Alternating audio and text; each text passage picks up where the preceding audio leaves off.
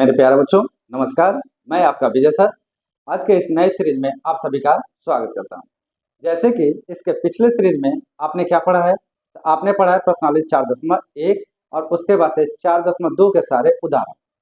जो हमने 2 के उदाहरण पढ़े थे उसमें एक बहुत ढंग से एक बात को समझा था, और वो था कि किसी दिए गए द्विघात समीकरण के मूलों को कैसे ज्ञात किया जाए। अब मूलों को ज्ञात करने के लिए हमने कौन सी विधि अपनाई थी बेटा? वहां हमने जो विधि अपनाई वह विधि हमारा था गुणनखंडन विधि। ठीक है, तो गुणनखंडन विधि की सहायता से बड़ी सरलता से आपने क्या किया था, मूलों का मान ज्ञात किया था और किसी द्विघात के कितने मूल हो सकते हैं उसके बारे में आपने जानकारी प्राप्त किया था। एक बार मैं गुणनखंडन विधि के माध्यम से आपको थोड़ा सा समझा देता हूँ कि क्या है। तो आपने कहा था कि किसी द्विघात समीकरण के मूल वे होते हैं जो उस द्विघात समीकरण में दिए गए चर के स्थान पर रखने से अगर द्विघात समीकरण को क्या कर दे, संतुष्ट कर दे।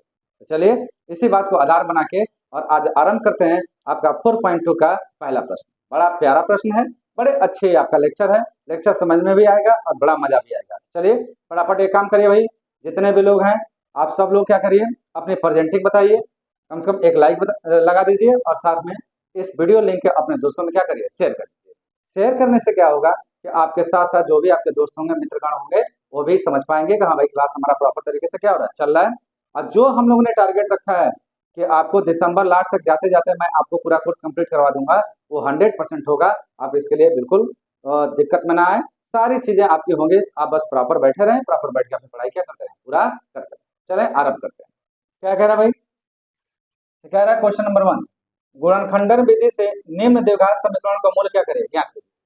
जो भी द्विघात समीकरण यहाँ दिए गए हैं इनके आपको क्या करना है, मूल ज्ञात करना है। बहुत आसान है, चलिए आरंभ करते हैं। और सबसे पहले लेते हैं पहला प्रश्न, हम इनका हल कर रहे हैं। और हल में जो हम ले रहे हैं वो ले रहे हैं सबसे पहले पहला प्रश्न। पहला क्या कह रहे हैं, तो पहला आपका दिया है कि x square minus 3x minus 10 equal to 0, ये आपका दिया। ठीक, आपको क्या कहा गया भाई, अचर पद का गुणा एक्स स्क्वायर का गुणांक के साथ करिए। एक्स स्क्वायर गुणा कितना है, 1, तो 10 का गुणा 1 में होगा तो कितना हो जाएगा, 10। अब 10 का गुणनखंड करिए, तो 10 का गुणनखंड क्या आएगा, तो एक आएगा 2 और एक क्या आएगा, 5। अब इन दोनों को या तो जोड़िए या घटाइए, क्या आना चाहिए, एक्स का गुणांक आना चाहिए। तो 5 में से 2 घटाओगे तो कितना आ जाएगा, 3 आ जाएगा। समझ में आ रही बात? तो बस इसी आधार पर कर दीजिए, कुछ खास नहीं है। आप इसको क्या करो, यहाँ लिखो एक्स स्क्वायर, 3 का स्थान पर लिखो आप 5 minus 2 x minus 10 equal to 0। देखो 5 में से 2 जाए कितना आएगा, 3 आएगा। अब इसको हम विस्तार करते हैं, एक्स स्क्वायर माइनस 5x और माइनस माइनस का गुणा होगा तो क्या आ जाएगा, plus 2x minus 10 equal to 0। इतना आ गया आपका। अब दो दो का पेयर बना लीजिए, जोड़ा बना लीजिए। एक यह जोड़ा बन गया, एक यह जोड़ा बन गया। इस जोड़ा में क्या कॉमन है भाई, इसमें कॉमन है एक्स। एक्स निकालो, क्या बचेगा, एक्स माइनस 5। और इसमें क्या कॉमन है, 2 कॉमन है, तो आप यहाँ से बच गया एक्स माइनस, और 10 में से 2 कॉमन लोगे तो कितना बच जाएगा, 5। इतना हो गया हमारा। ठीक है, अब देखिए दोनों में क्या कॉमन है, तो दोनों में कॉमन है एक्स माइनस 5। तो पहला तो गुणनखंड आ गया आपका एक्स माइनस 5। दूसरा में क्या बचेगा, तो यहाँ बचेगा एक्स और यहाँ क्या बचेगा, प्लस 2 बराबर 0। क्लियर, इतना हमारा आ गया। अब इतना माना गया तो आपको क्या निकालना है, मूल निकालना है ना। तो आप लिखेंगे मूलों के लिए, मूलों के लिए। अब मूलों के लिए में अगर x माइनस 5 गुणे एक्स प्लस 2 का गुणनफल 0 आया है, इसका मतलब है या तो x माइनस 5 0 के बराबर है, या तो x प्लस 2 0 के बराबर, या दोनों 0 के बराबर है। तो मूलों के लिए आप क्या करोगे, पहले एक गुणनखंड को 0 के बराबर लोगे, तो x माइनस 5 बराबर 0 या x प्लस 2 बराबर 0। अब दोनों जगह से x का मान निकालो, यहाँ से x का मान निकालो कितना आ जाएगा, 5, और यहाँ से x का मान निकालो कितना आ जाएगा, -2। अब जो x बराबर 5 आया और x बराबर -2 आया, एक्चुअल में यही दोनों इसे दिए गए द्विघात समीकरण के क्या कहलाएंगे, मूल कहलाएंगे। तो आप लिखेंगे अतः अतः 5 व -2 दिए गए द्विघात समीकरण, दिए गए द्विघात समीकरण क्या है, द्विघात समीकरण x square minus 3x minus 10 equal to 0 के मूल हैं या मूल होंगे, दोनों में से कोई एक बात। क्लियर है? तो देखें कितना आसान, कितना प्यारा। इस तरीके से हम क्या कर सकते हैं, मूल्य ज्ञात कर सकते हैं। ठीक जी। अब हम बात करते हैं दूसरे के, इसको हटाता हूँ मैं, यहीं पर दूसरा कर देता हूँ। दूसरा देखिएगा, दूसरा क्या है भाई, तो दूसरा आपका दे रहा है 2x² plus x minus six, 2x² plus x minus six equal to 0। अब देखो क्या करोगे, अचर पद क्या है 6, तो 6 का गुणा 2 में 6 गुना कितना हो गया 12, 12 का गुणनखंड क्या होगा, तो 3 गुणे 4 या 6 गुणे 2, यही होगा। अब इसमें से कोई एक गुणनखंड लो, जैसे जोड़ो या घटाओ तो क्या आना चाहिए, एक्स का गुणांक आना चाहिए। तो मेरे ख्याल से 4 में से 3 घटाओगे तो कितना आ जाएगा, 1 आ जाएगा, एक ही तो चाहिए, तो आसान है। यहाँ पे आप लिखिए 2x² plus 4 minus 3 x minus 6 equal to 0। विस्तार कर दीजिए, क्या आएगा 2x² plus 4x minus 3x minus 6 equal to 0। अब दो का जोड़ा बना लो, यह एक हो गया, यह एक हो गया। अब यहाँ कॉमन क्या आएगा भाई, यहाँ कॉमन आ जाएगा 2x, बचेगा क्या, यहाँ बचेगा x और यहाँ क्या बचेगा +2, और यहाँ कॉमन क्या होगा -3, तो यहाँ तो बच गया x, और 6 में से जाएगा 3 तो 2, और माइनस में से माइनस जाएगा तो क्या हो जाएगा प्लस, तो +2 इक्वल टू 0। अब देखिए दोनों में आपको x +2 दिखाई दे रहा है, तो x +2 कॉमन हो गया, तो पहले में से सॉरी इसमें से x +2 निकलेगा तो क्या बचेगा दूसरे ब्रैकेट में 2x, और यहाँ क्या बचेगा माइनस, और यहाँ क्या बचेगा 3, तो 2x - 3 इक्वल टू 0। ठीक है जी, दो गुणनखंड आ गए। फिर वही पहले जैसे ही क्या कहोगे आप, मूलों के लिए, मूलों के लिए, मूलों के लिए आपको एक बार x +2 को आप 0 के बराबर ले लो, या 2x - 3 किसके बराबर ले लो, 0 के बराबर। अब यहाँ से x का मान निकालो, यहाँ से x का मान निकालो तो कितना आ जाएगा -2, और यहाँ से निकालने का प्रयास करोगे तो 2x बराबर 3, तो x बराबर कितना हो जाएगा 3/2, इतना हमारा गया। क्लियर है, एक एक्स का मान कितना आ गया -2, और एक एक्स का मान कितना आ गया 3/2, तो आप क्या लिखोगे, अतः -2 व 3/2 दिए गए द्विघात समीकरण, दिए गए द्विघात समीकरण 2x² plus x minus 6 equal to 0 के मूल होंगे या हैं, जो भी लिखना चाहिए। ठीक है जी, तो इस तरीके से हमने क्या किया, पहला और दूसरा कर लिया। देखो कितना आसान है, कुछ खास नहीं है, बड़ा सिंपल तरीके से आप इसे कर सकते हैं। तो आप इस तरीके से इन प्रश्नों का हल ज्ञात कर सकते हैं। तो चलो नोट करो, उसके बाद से हम क्या कौन कौन सा कर लिया आपने, पहला कर लिया और दूसरा कर लिया, उसके बाद से तीसरा चौथा और पांचवा कर, नोट करिए।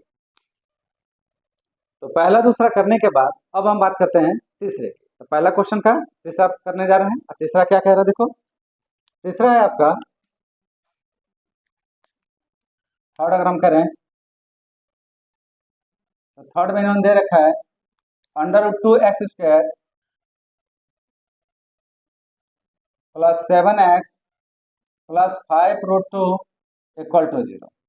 अब बच्चे जैसे अंडर रूट में देखते हैं ना, बच्चे घबरा से जाते हैं, उनके सांसें फूलने लगती है कि ये क्या हो गया भाई, अब रूट वाला कैसे करेंगे। अरे बड़ा सरल है भैया, कुछ नहीं करना है। आप देखो 5√2 का मल्टीप्लाई √2 में करो, तो 5√2 का मल्टीप्लाई 2 में √2 में जब होगा तो 5 तो 5 ही रह जाएगा, या √2 का होल स्क्वायर होगा, इसका वर्ग हो जाएगा, वर्ग से रूट कैंसिल, क्या बचेगा 5 × 2, कितना हो गया बाबू 10। 10 हुआ कि ना हुआ, 10 हुआ ना जी। अब 10 हो गया तो 10 का गुणनखंड करो, तो 10 का गुणनखंड क्या होगा 5 × 2 होगा। ठीक, अब क्या 5 को 2 में जोड़ने पर साथ नहीं आएगा, बिल्कुल आएगा। तो फिर समस्या क्या है, चलिए करिए। यहाँ आ गया √x² plus 2 plus 5x plus 5√2 equal to 0। Clear है। अब यहाँ से देखो विस्तार करो, इसका विस्तार करोगे तो क्या आएगा √2x² plus 2x plus 5x plus 5√2 plus 5√2 equal to 0, इतना आ जाएगा हमारा। अब क्या करें, हम दो का जोड़ा बना लें, एक जोड़ा ये हो जाएगा, एक जोड़ा ये हो जाएगा, क्या आएगा यहाँ पे सब, तो यहाँ से क्या कॉमन दिखाई दे रहा है, एक तो x दिखाई दे रहा है। अच्छा ये 2 है, तो क्या 2 को आप √2 × √2 नहीं लिख सकते, बिल्कुल लिखा जा सकता है। कल की क्लास में मैंने जो पिछला क्लास हुआ था उसमें मैंने आपको बताया था कि एक बार विस्तार कर रहा हूँ, इसके बाद सब दोबारा विस्तार नहीं करूंगा, तो ये बात आपको समझ में आनी चाहिए। ठीक है ना। अब देखिए यहाँ से √2x अगर कॉमन लोगे तो यहाँ तो केवल x बचेगा प्लस, यहाँ लेकिन क्या बचेगा, x से x तो खत्म हो जाएगा, लेकिन दो में से एक √2 निकाल दोगे तो एक √2 बचेगा, तो x प्लस √2 इतना बचेगा। यहाँ क्या कॉमन दिखाई दे रहा है आपका +5, तो यहाँ क्या बचेगा x प्लस √2 इक्वल टू 0, इतना हमारा बच गया जी। क्लियर है ना। अब क्या करोगे भाई, दोनों में देखो क्या कॉमन है, तो दोनों में हमारा जो कॉमन है वो है x प्लस √2 और यहाँ है √2x प्लस 5 इक्वल टू 0।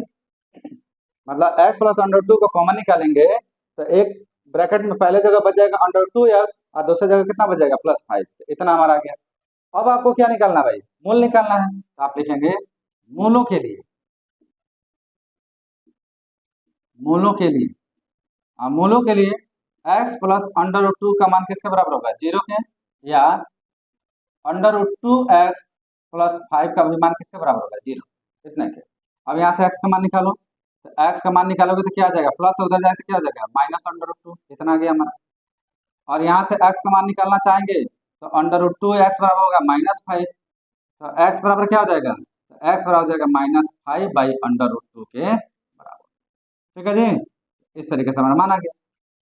अब जो x का मान आए हैं यही तो x मान इसके क्या कहलाएंगे, मूल कहलाएंगे। तो आप लिखेंगे अतः अतः -√2 व -5/√2 दिए गए द्विघात समीकरण के मूल होंगे, दिए गए द्विघात समीकरण के मूल होंगे। ठीक है, या आपका इच्छा करे तो आप द्विघात समीकरण का नाम भी लिख सकते हो कि इस द्विघात समीकरण का मूल होंगे। तो इस तरीके से हमने क्या किया, तीसरा किया। समझ में आया आपको, कुछ नहीं करना, √2 का मल्टीप्लाई 5 √2 में करो, √2 का √2 में मल्टीप्लाई होगा तो 2 हो जाएगा, और 5 का गुणा 2 में तो 15 कितना हो जाएगा, 10 हो जाएगा। 10 का गुणनखंड 5 और 2 आता है, जोड़ोगे 7 हो जाएगा। अब इसका विस्तार करोगे तो √2x² plus 2x plus 5x plus 5 √2 होगा। अब √2 में से कॉमन जरूर निकाला जा सकता है, क्योंकि 2 को √2 इंटू √2 लिखा जा सकता है, तो एक कॉमन निकाल लेना। तो √2x निकालोगे तो बचेगा यहाँ पे x, और यहाँ पे बचेगा इसके जगह पे √2 प्लस इसमें से 5 निकालो तो 5x प्लस √2 इक्वल टू 0।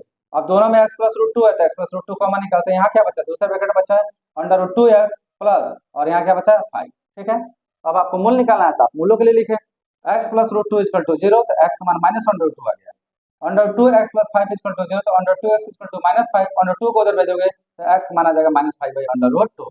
अब जो ये x के दो मान आए हैं यही दो मान इसके क्या कहलाएंगे, मूल भी कहलाएंगे, हल भी कहलाएंगे और शून्यक भी कहलाएंगे। क्लियर है, समझ में आ रहा है, सिंपल है, कुछ खास नहीं है। ठीक है ना, कुछ खास नहीं है इसलिए बहुत ज्यादा इस पे जोर भी नहीं दिया जा रहा है। ठीक है ना, अरे कहने का मतलब है जब कोई काम सरलता से हो जाए तो बहुत ज्यादा ऊर्जा कहाँ खर्च करना। मेरी बात समझ में आ रही है, क्या मैं कह रहा हूँ, समझने का प्रयास करो।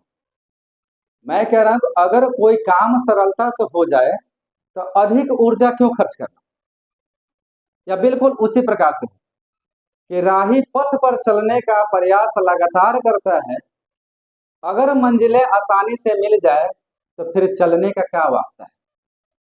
समझने की कोशिश करिए, कहने का मतलब है कि आप किसी भी मंजिल को पाने के लिए अगर लगातार आप प्रयास कर रहे हैं और वो अगर मंजिल ही आसानी से आपको मिल जाए तो बहुत अधिक मात्रा में प्रयास करने की जरूरत क्या है।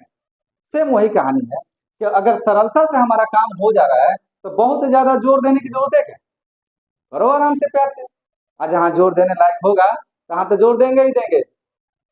बाबू समझ में आया, जहाँ लगेगा कि भैया बिना जोर दिए काम नहीं होगा तहाँ तो जोर दिया ही जाएगा। फिलहाल जहाँ सिंपल तरीके से हो रहा है तहाँ सिंपल तरीके से करो, एंजॉय उठाओ इसका, कोई समस्या नहीं। तो चलिए तीसरा हो गया, तीसरा के बाद से अब बारी आती है चौथे की।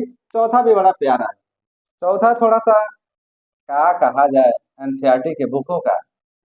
एनसीईआरटी को लगता है कि भैया बड़ा होशियार है, बहुत होशियार है, सारे बच्चे बुर्बक हैं। अरे बाबू एनसीईआरटी काहे नहीं समझते, तुम खुद ही बुर्बक हो, बच्चे तो हमारे बड़े होशियार हैं। ऐसा तुमने क्या दे दिया कि बच्चे हमारे नहीं करेंगे भाई। समझाता हूं मैं, देखिए कितने प्यार से। चौथा, चौथा है कि 2x² minus x plus 1/8 equal to 0। ठीक, एनसीईआरटी को लगता है कि बटे में दे दिया है तो भाई बच्चे का हाथ पाँव क्या होगा, फूलना स्टार्ट होगा। कहाँ है बाबू, कहाँ है भैया एनसीईआरटी, कहाँ है फूलेगा वो। बड़ा सिंपल है, हम बटे वाला हटा ही देंगे साहब। कैसे हटाएंगे, 8 है नीचे, पूरे में हर में कितना है 8 है एक जगह, हम पूरे समीकरण में 8 से गुणा करें। क्या होगा 8 से गुणा करने पर, 8 से गुणा करो तो प्रत्येक पदों में होगा, तो 8 दूना 16x। कोई समस्या, बिल्कुल ना जी। माइनस 8x प्लस 8 गुणे 1/8, और 0 में 8 का गुणा करो तो कितना हो जाएगा 0। लीजिए इस 8 से 8 क्या हो गया कैंसिल, कितना बचा यहाँ पे 16x² minus 8x plus 1 equal to 0। Clear बाबू, कोई दिक्कत जी, बिल्कुल नहीं होनी चाहिए। अब देखिए 1 का मल्टीप्लाई 16 में करोगे कितना आ जाएगा बाबू 16, 16 का गुणनखंड क्या होगा 4 गुणे 4 या 8 गुणे 2, यही होगा। अब किसको जोड़े तो 8 आएगा, तो 4 में 4 को जोड़ोगे तो क्या आ जाएगा 8। क्लियर, तो वही काम करो, कुछ नहीं करना। यहाँ पे आपको लिखना है 16x² minus 4 plus 4x plus 1 equal to 0 आया। अब देखिए इसको विस्तार करिए, 16x² minus 4x plus 1 equal to 0। भाई माइनस का गुणा प्लस में करो कितना आ जाएगा माइनस। अब दो दो का बाबू आप जोड़ा बना लीजिए, पेयर बनाएंगे तो क्या होगा भैया, यहाँ से कॉमन होगा 4x, क्या बचेगा वो, यहाँ बचेगा 4x, अब माइनस इसके जगह केवल क्या बचेगा 1। यहाँ कुछ कॉमन दिखाई दे रहा है, कुछ नहीं दिखाई देगा, आगे माइनस लगाए तो -1 कॉमन हो जाएगा, क्या आएगा यहाँ पे, तो यहाँ भी आ जाएगा 4x, और यहाँ प्लस में से माइनस कॉमन जाएगा तो माइनस, और यहाँ आ गया 1 इक्वल टू 0। अब दोनों में आप गौर से देखिए तो 4x माइनस 1 है, तो अगर 4x माइनस 1 है बाबू तो पहले में आ गया 4x माइनस 1, और दूसरे में भी आ गया 4x माइनस 1 इक्वल टू 0। इसका मतलब हुआ कि अब 4x माइनस 1 का क्या था बाबू, होल स्क्वायर। क्लियर है, चलो अब कोई बात नहीं है, अब हम मूल निकालते हैं। आपके गुणनखंड बराबर आ सकते हैं, आप बहुत अच्छे से जानते हैं, इसमें कोई बहुत बड़ी बात नहीं है। तो आप लिखिए मूलों के लिए, मूलों के लिए, और एक बार 4x माइनस 1 बराबर 0 या 4x माइनस 1 बराबर, क्या आएगा यहाँ से मान भाई, तो 4x बराबर आएगा 1, तो x का मान कितना आया, तो x का मान आ गया 1/4। ठीक, और यहाँ क्या आएगा, तो यहाँ भी ऐसे ही आएगा 4x बराबर 1, तो x का मान कितना आ गया 1/4। इतना क्या कहोगे आप, कहोगे अतः अतः 1/4 व 1/4 दिए गए द्विघात समीकरण के मूल हैं, ये मूल है। क्लियर ना, कितना आसान है, देखो कुछ नहीं करना, बहुत सरल है, एंजॉय करिए आप तीसरे और चौथे के साथ। उसके बाद अगला हम कराते हैं आपको पांचवा भाग। पांचवा भाग है 100x² माइनस 20x प्लस 1 के, आपको क्या करना है, मूल ज्ञात करना है। तो उम्मीद करता हूँ मजा आया होगा, समझ में आया होगा, तो चलिए नोट करिए। क्वेश्चन नंबर 1 का 4 भाग करने के बाद अब बच जाता है पांचवा। अब पांचवा क्या कहें, क्या कहें, कुछ है ही नहीं, खुद ही कर लो यार, कुछ होता तो कराते। चलो करा दे रहे हैं, तुम लोग भी कहोगे सर छोड़ दिए बीच में, नहीं नहीं छोड़ेंगे भैया। आते हैं पांचवा देखते हैं। तो बाबू मोहन कैसे होगा वो, तो करें पांचवा 100x² माइनस 20x प्लस 1 बराबर 0। कुछ दिख रहा है, कुछ करने लायक, कुछ भी हमको तो ना दिख रहा है। एक फार्मूला लगाए हैं, समझो, a माइनस बी का होल स्क्वायर क्या होता है, a होता है a² minus 2ab plus b², होता है ना बाबू। क्लियर है, अच्छा मैं दो तरीके से करा रहा हूँ। फर्स्ट पहला आपका तरीका यहाँ समझा रहा हूँ। पहला तरीका क्या है, यहाँ देखोगे क्या यह 10x का होल वर्ग है क्या, 10x का होल वर्ग करो कितना आएगा, तो x² आएगा, बिल्कुल है, कोई समस्या नहीं, ये तो है ही है। और लास्ट में यह +1 का होल वर्ग है क्या, एक का वर्ग करोगे कितना आएगा, एक ही आएगा। आया कितना आ गया बाबू, 0 आया। बीच का लिखना है तो क्या है, बीच को मैं 2 गुणे 10 x गुणे 1 लिख सकता हूँ क्या? देखा, आया बोल, कैसा है भैया, बहुत आसान। का है क्या मारा दपड़ इसको, क्या कह रहा है भैया, 100 x का स्क्वायर हो, 100 x का स्क्वायर क्या 10 x का होल वर्ग नहीं होगा, बिल्कुल होगा। एक किसका, एक का वर्ग होगा ही होगा। क्या इसको 2 - 2a × b के रूप में लिख पाओगे क्या? तो 2 गुणे 10 x गुणे 1 गुणा करोगे क्या, इतना आ रहा है 20 x। अब 20 में एक x का, सॉरी 20 x में 1 का गुणा करोगे कितना आएगा, 20 x में आएगा। तो हो तो गया, ऐसा ही तो है। अगर ऐसा है तो क्या यह इस तरीके से मिल रहा है? अगर मिल रहा है तो यह हो गया a के स्थान पे, यह हो गया a, यह हो गया b, और यह हो गया b का स्थान पे। तो a² - 2ab plus B square क्या देता है, a - b का होल स्क्वायर देता है कि नहीं देता है? तो यह हो गया 10x - 1 का होल स्क्वायर। हो गया, हुआ ना? अगर इतना हो गया तो अगर ये वर्ग है तो दो बार तो लिखा ही जा सकता है, 10x - 1 और फिर 10x - 1 = 0। क्लियर है? अब क्या लिखोगे, मूलों के लिए, मूलों के लिए। अब मूलों के लिए करोगे बाबू तो आपका एक बार 10x - 1 भी 0 के बराबर होगा, या दूसरा 10x - 1 भी किसके बराबर होगा, 0 के बराबर। और यहाँ से हमारा मान क्या आएगा, यहाँ से 10x बराबर आएगा -1 को उधर ले तो 1, 10 को उधर लेके जाओगे तो x बराबर आ जाएगा 1/10। ठीक, अगर यह भी यही है तो यहाँ भी x का मान कितना आएगा बाबू, 1/10 ही तो आएगा, नहीं आएगा? तो 1/10 1/10 इस दिए गए द्विघात समीकरण के क्या कहलाएंगे, मूल कहलाएंगे। एक तो तरीका ये हो गया। दूसरा तरीका, ये तो आपका फर्स्ट वे हो गया। सेकंड वे अगर हम देखें तो जैसे आप करते हैं गुणनखंड विधि से, 1 का गुणा 100 में करो तो ये हो जाएगा 100। 100 का अगर वर्ग करोगे, जैसे हमारा यही ना क्वेश्चन, 100x² - 20x + 1 = 0। 100 का गुणनखंड करोगे तो 10 गुणे 10, 10 में 10 को जोड़ोगे तो 20 आएगा, आएगा ही आएगा। तो आप इसको कैसे लिखोगे, इसे लिखोगे 100x² - 10 + 10x + 1 = 0। ठीक, अब यहाँ से क्या आएगा भाई, 100x² - 10x - 10x + 1 = 0। अब जोड़ा बना लीजिए, या एक पेयर बनेगा या एक पेयर बनेगा। तो यहाँ से कितना कॉमन है, 10x कॉमन है, कितना बचेगा 10x - 1। यहाँ कुछ कॉमन दिखाई दे रहा नहीं, तो -1 कॉमन होगा, तो जो माइनस है तो प्लस हो जाएगा, तो 10x, और जो प्लस हो क्या हो जाएगा -1 = 0। अब देखो दोनों में 10x - 1 कॉमन है, कॉमन है तो निकालो। तो 10x - 1 अगर निकाला तो दूसरे ब्रैकेट में बचा यहाँ से 10x, और यहाँ से कितना बचा -1 = 0। क्लियर है? अब इसके लिए भी अगर लिखें मूलों के लिए, मूलों के लिए तो क्या करोगे, एक बार लिखोगे 10x - 1 बराबर 0, या 10x - 1 बराबर 0। भाई दो गुणनखंड है, दोनों को 0 के बराबर लिखोगे। यहाँ से x का मान निकालोगे तो क्या आ जाएगा, तो 10x बराबर हो गया 1, तो x बराबर कितना हो गया 1/10।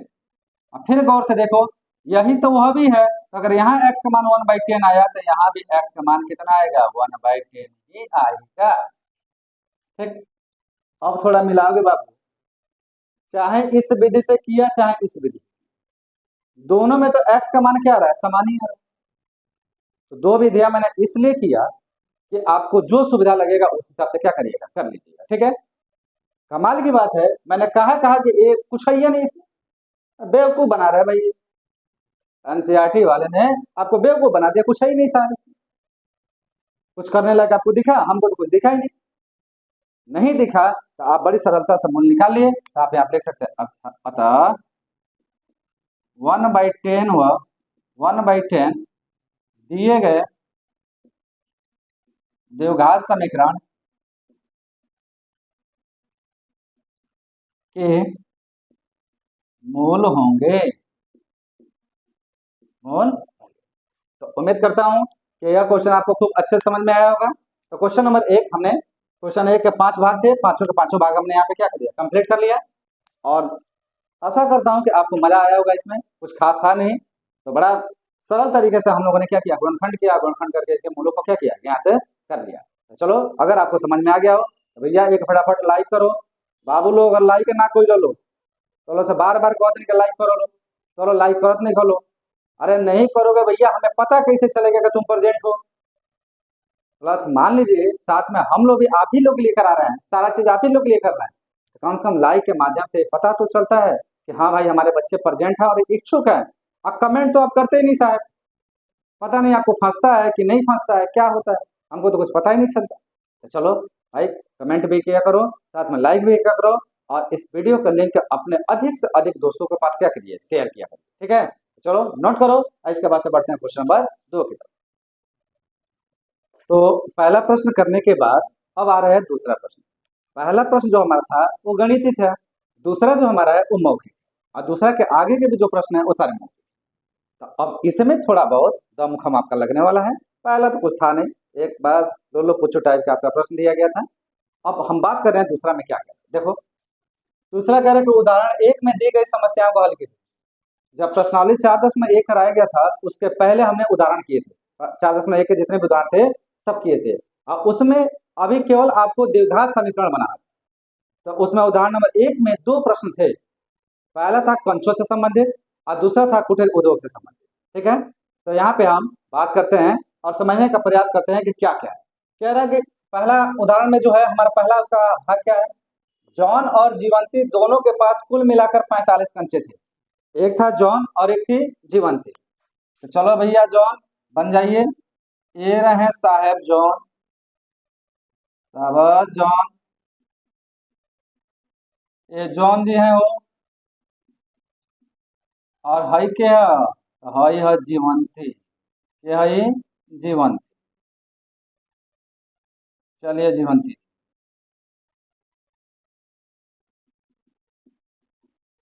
अब कह रहे हैं कि जॉन और जीवंती दोनों के पास कुल मिलाकर कितने कंचे थे, 45 कंचे। तो भैया हमको तो ये नहीं पता है कि जॉन के पास कितना था, जीवंती के पास कितना था।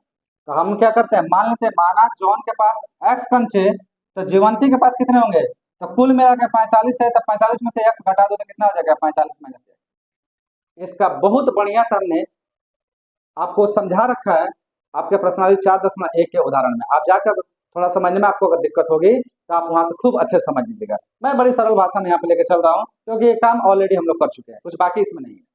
तो हमने यहाँ पे जॉन को मान लिया कि जॉन के पास कंचों की संख्या कितनी है, एक्स। तो अगर कुल कंचे 45 है, तो भैया अगर जॉन के पास एक्स होगा, जीवंती के पास कितना होगा, 45 में से एक्स घटा दो। जैसे जॉन के पास 10 है तो जीवंती के पास कितना होगा, 35 होगा, तभी ना 10 प्लस 35 मिलाकर 45 होगा। वैसे ही अब नहीं नंबर पता है तो हमने क्या मान लिया एक्स, तो जीवंती के पास कितना हो जाएगा, 45 में से एक्स हो जाएगा। बढ़ते हैं आगे, पहले यही बात यहाँ पर मान लो। चलिए इसका हम सॉल्यूशन करते हैं, और सॉल्यूशन में मानते हैं माना माना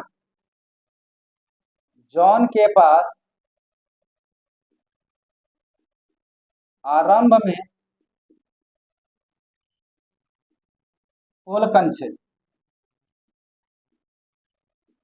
जॉन के पास आरंभ में कुल कंचे कितने हो गए, एक्स हो गए, ठीक है। अब दूसरी बात, तो जॉन के पास जब इतने हो गए तो जीवंती के पास कितने हो गए, तो जीवंती के पास आरंभ में कुल कंचे, तो जीवंती के पास आरंभ में कुल कंचों की संख्या कितनी हो जाएगी, 45 माइनस एक्स।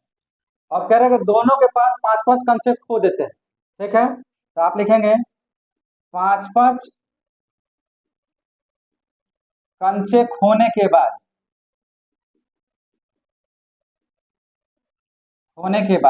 अब थोड़ा देखते हैं कि जॉन के पास कितने बच गए। तो जॉन के पास अब आरंभ में कंचे नहीं होंगे, अब जॉन के पास शेष कंचे,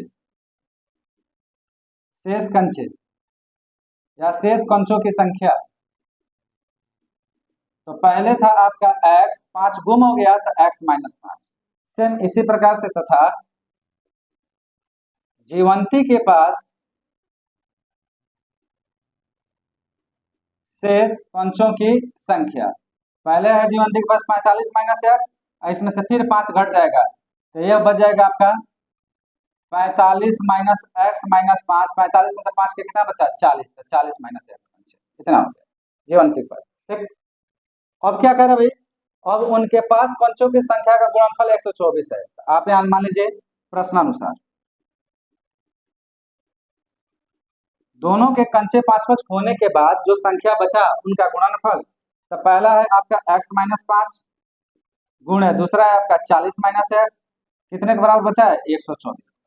ठीक है जी, कर लीजिए बाबू गुणा। इसका गुणा करोगे तो क्या आएगा, 40 में x का गुणा हो जाएगा तो 40x, माइनस x का x में होगा x², माइनस 5 का 40 में होगा तो -200, और ये माइनस और माइनस मिलकर क्या हो जाएगा प्लस, अब 5x बराबर 124। ठीक है, अब यहाँ देखिए 40x और 5x मिलकर कितना हो जाएगा 45x, तो यहाँ पे आ गया आपका 45x माइनस x² माइनस 200 बराबर 124, इतना हमारा आ गया। ठीक है जी, अब मैं सबको उधर भेज देता हूँ, सबको उधर भेजूंगा तो देखो क्या आएगा।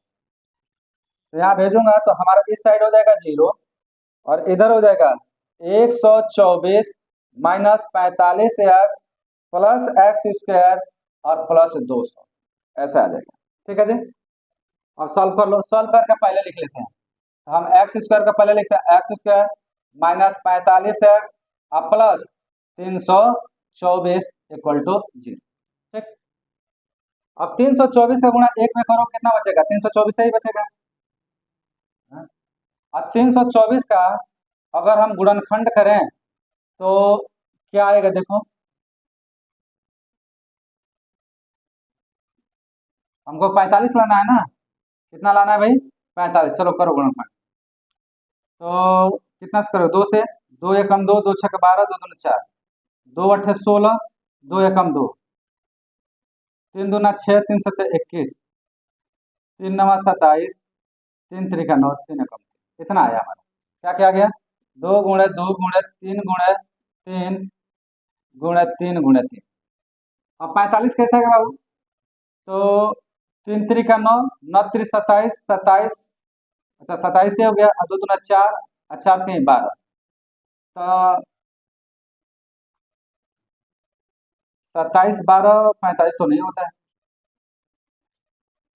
3 त्रिका 9, 2 दूना 4, 4 3 12, अब 12 दूना, अब सॉरी 2 दूना 4, 4 3 12, अब 12 3 36, तो 36 और 9 ये तो 45 होगा। हाँ ठीक, ऐसा आप कर लीजिए। ठीक है, तो इसका गुणनखंड बनाएंगे कैसे, देखिए x² minus 9 plus 36 x plus 324 बराबर 0, कितना आ जाएगा हमारा।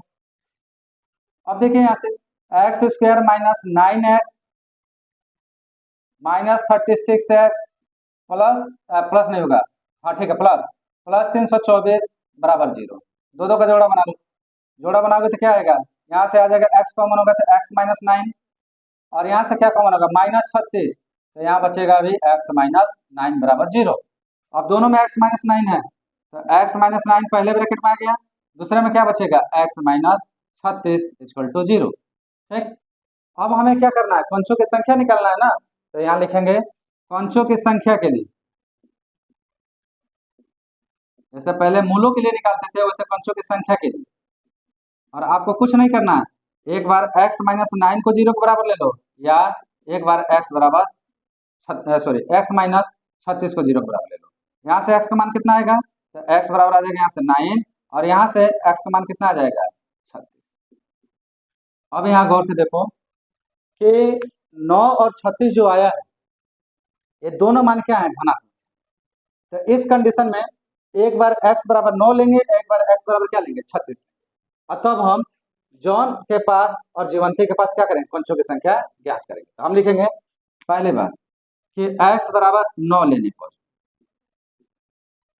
और x बराबर 9 लोगे तो आप लिखोगे देयरफॉर जॉन के पास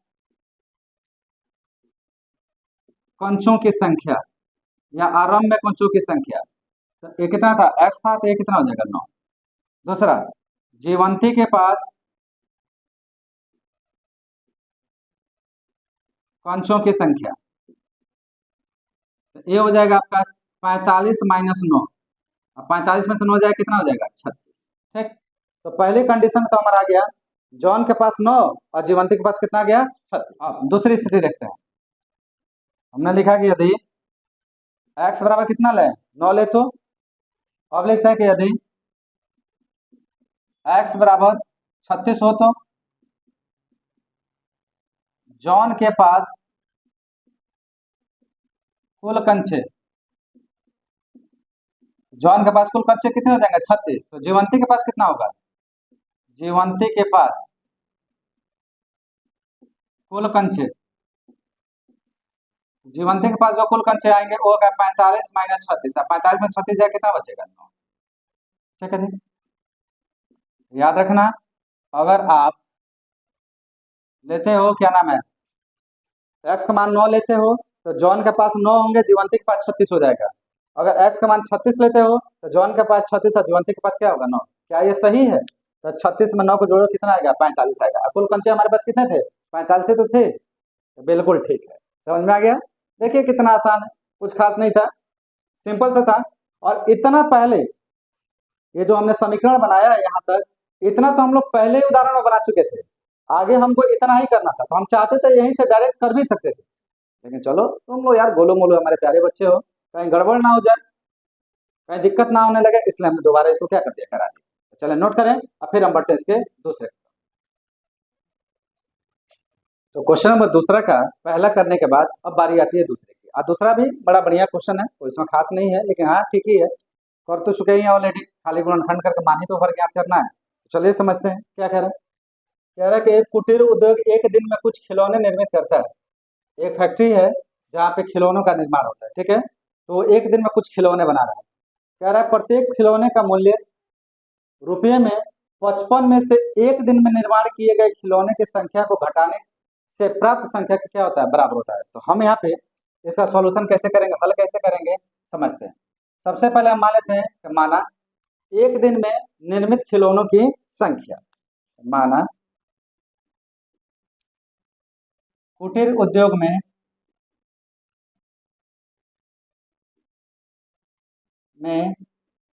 एक दिन में निर्मित खिलौनों की संख्या,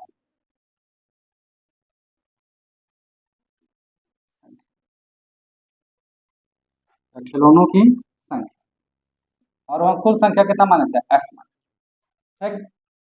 प्रत्येक खिलौने का मूल्य, अब लिखते हैं प्रत्येक खिलौने का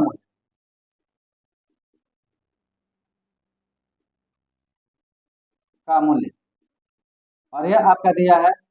और प्रत्येक खिलौने का मूल्य कह रहा है कि 55 में से, तो हमारा जो 55 रुपया है इसमें से एक दिन में निर्माण किया गया खिलौने, तो एक दिन में कितना निर्माण किया गया एक्स, इतना घटाने से जो संख्या प्राप्त होता है उसके बराबर हमारा ये मान है। मतलब एक खिलौने का मूल्य जो है वो 55 रुपये में से एक दिन में जितना खिलौना निर्मित हुआ उसको घटा देने से जो संख्या आएगी उसके बराबर होगा एक खिलौने का मूल्य। ठीक है जी, अब आगे क्या करें। किसी एक दिन कुल निर्माण लागत 750 रुपये। अब देखो एक खिलौने का इतना मूल्य आ गया, हमारे पास एक दिन में कितने खिलौने बन रहे हैं एक्स खिलौने बन रहे हैं, हम लिखेंगे प्रश्नानुसार, प्रश्नानुसार अगर एक खिलौने का मूल्य 55 माइनस एक्स है तो एक्स खिलौने का मूल्य कितना होगा, ये होगा 55 माइनस एक्स गुणे एक्स, और इसकी कुल लागत कितनी आई है 750, इतना है। ठीक है, मल्टीप्लाई कर लीजिए, मल्टीप्लाई करेंगे एक्स का तो ये हो जाएगा 55 एक्स माइनस एक्स स्क्वायर बराबर 750, इतना होगा। सबको उधर लेके जाओ, लेके जाओगे तो क्या हो जाएगा 0 बराबर 750, 55 इधर प्लस में उधर जाएगा किसमें हो जाएगा माइनस 55 एक्स, आई माइनस है तो किसमें हो जाएगा प्लस में एक्स। अब इसको पहले लिख लो, लिखोगे तो x square minus 55 x plus 750 बराबर 0। ठीक है जी, अब यहाँ पे हमारा यह एक हमको देवघात प्राप्त हो गया, देवघात समीकरण। अब देवघात समीकरण हम क्या करते हैं गुणनखंड निकाल लें, तो कैसे गुणनखंड निकलेगा भाई, तो 750 का एक्स स्क्वायर में गुणा करो, एक्स स्क्वायर गुणा करो 750 होगा, और 750 का आप गुणनखंड कर लीजिए। सबसे पहले आप 2 से करिए, हाँ 2 से करो, तो 2 तिहाई 6 और 2 सत्ते 14, 2 पचे 10। अब आप किससे करें 3 से, 3 एकम 3, 3 दूना 6, 3 5 15।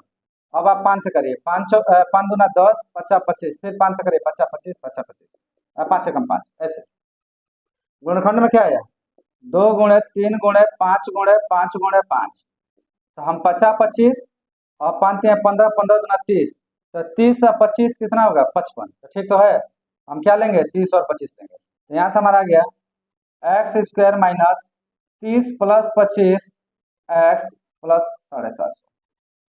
तो यहाँ से क्या आ जाएगा एक्स स्क्वायर विस्तार करिए minus 30 x minus 25 x plus 750 बराबर 0। अब दो दो का जोड़ा बना दो, ठीक है। जोड़ा बनाएंगे तो क्या आएगा देखिए, यहाँ तो एक्स कॉमन है सर, तो यहाँ से आप एक्स कॉमन ले लीजिए, तो आपका बच जाएगा एक्स माइनस 30। और यहाँ क्या कॉमन है -25, तो -25 जब कॉमन लोगे तो दूसरे ब्रैकेट में बचेगा एक्स माइनस 30 बराबर 0। अब दोनों में कितना आ गया हमारा एक्स माइनस 30 आ गया। तो एक्स माइनस 30 अगर आ गया आपका, तो एक्स माइनस 30 को कॉमन ले लो, दूसरे में क्या बचेगा एक्स माइनस 25 बराबर 0, ठीक है। तो कह रहा उस दिन निर्माण किए गए खिलौने की संख्या बताना है, तो आप यहाँ लिखेंगे गुणनखंड तो आ गया इसका। अब आपको एक्स का मान निकालना है, तो आप लिखोगे खिलौनों की संख्या के लिए, संख्या के लिए। और अब की बार हम ले रहे हैं एक्स माइनस 30 को या तो 0 के बराबर या एक्स माइनस 25 को भी 0 के बराबर। यहाँ से एक्स का मान निकालें, तो एक्स का मान क्या होगा 30 हो जाएगा, और यहाँ से एक्स का मान क्या हो जाएगा 25 हो जाएगा। क्योंकि दोनों मान धनात्मक हैं, इसलिए दोनों ही मान क्या होंगे संभव होंगे। तो हम कहेंगे अतः यदि एक्स बराबर 30 हो तो, यदि एक्स का मान 30 हो तो कुटीर उद्योग में एक दिन में निर्मित खिलौनों की संख्या कितनी है एक्स है, तो आप लिखेंगे उस दिन निर्माण किए गए खिलौनों की संख्या, और उस दिन निर्माण किए गए कुल खिलौने कितने हो जाएंगे 30 के बराबर, ठीक। आप कहें कि यदि x बराबर हमारा 30 के बजाय 25 हो तो, तब कहेंगे उस दिन निर्माण किए गए खिलौनों की संख्या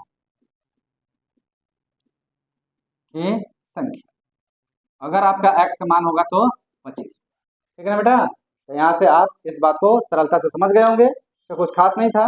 अच्छा बस यही पूछा गया कि बताए कि एक दिन में कितना खिलौना बना, तो एक दिन में हमारा खिलौना अगर x का मान 30 लेंगे तो 30 बना होगा, अगर x का मान 25 लेंगे तो कितना बना होगा 25।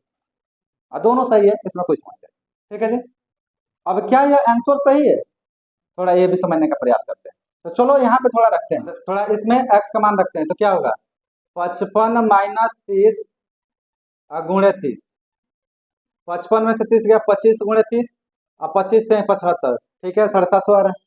अगर हम 25 रखें तो 55 माइनस 25 गुणे 25, 55 में से 25 जाएगा 30 गुणे 25, और ये भी कितना देगा 750 देगा। तो बिल्कुल ठीक तो है, जो आंसर आया है बिल्कुल क्या है परफेक्ट है। तो हम इस तरीके से इसकी जांच भी कर सकते हैं। तो उम्मीद करता हूँ कि आज के क्लास में आप लोगों को बहुत आनंद आया होगा। बड़ा सिंपल क्लास था, कुछ खास था नहीं, कुछ बहुत ज़्यादा इसमें मेहनत करने लायक नहीं था, ठीक है। तो आज के हम इस सीरीज के इस लेक्चर में बस इतना ही रखते हैं, और जल्द ही हम मिलेंगे आपसे अगले लेक्चर में, और वहाँ पे हम क्वेश्चन नंबर 2 से कहाँ बढ़ेंगे आगे की तरफ बढ़ेंगे, और उस लेक्चर में मैं इस एक्सरसाइज का पूरे प्रश्न आपको क्या कर दूंगा समाप्त कर दूंगा।